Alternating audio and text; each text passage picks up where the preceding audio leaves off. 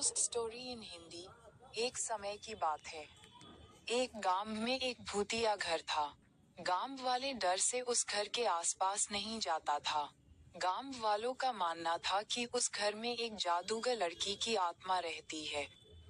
एक दिन गांव के कुछ साहसी बच्चे उस भूतिया घर में जाने का और उस घर में घूमने का फैसला किया।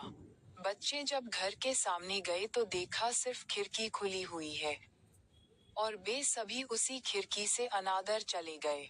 वे अंधेरे में घर के अंदर घूम ही रहे थे कि अचानक से खिड़की बंद हो गई। यह देखकर सारे बच्चे डर गए। अचानक से वह लड़की की भूत बच्चों के सामने आई और जोर जोर से हंसने लगी और कहा कि अब तुम सब मेरी बंदी हो। मैं किसी को जिंदा नहीं छोड़ूंगी। बच्चों को डर के मारे कुछ समझ नहीं आ रहा था, लेकिन फिर भी वे हिम्मत नहीं हारे और सब एक साथ मिलकर बाहर निकलने का रास्ता ढूंढने लगे। ढूंढते ढूंढते एक बच्चे को एक पुरानी किताब मिला, जो कि एक जादुई किताब था, और उस किताब में एक जादुई मंत्र लिखा था जिसके उच्चारण करने से वह भूत घर से दूर भाग सकती थी।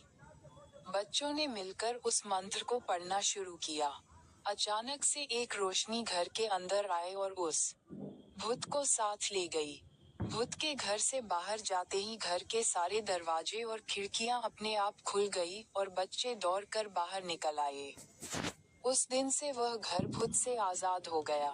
गांव वालों ने सारे बच्चों के साहस की तारीफ की और सबको इनाम भी दिया।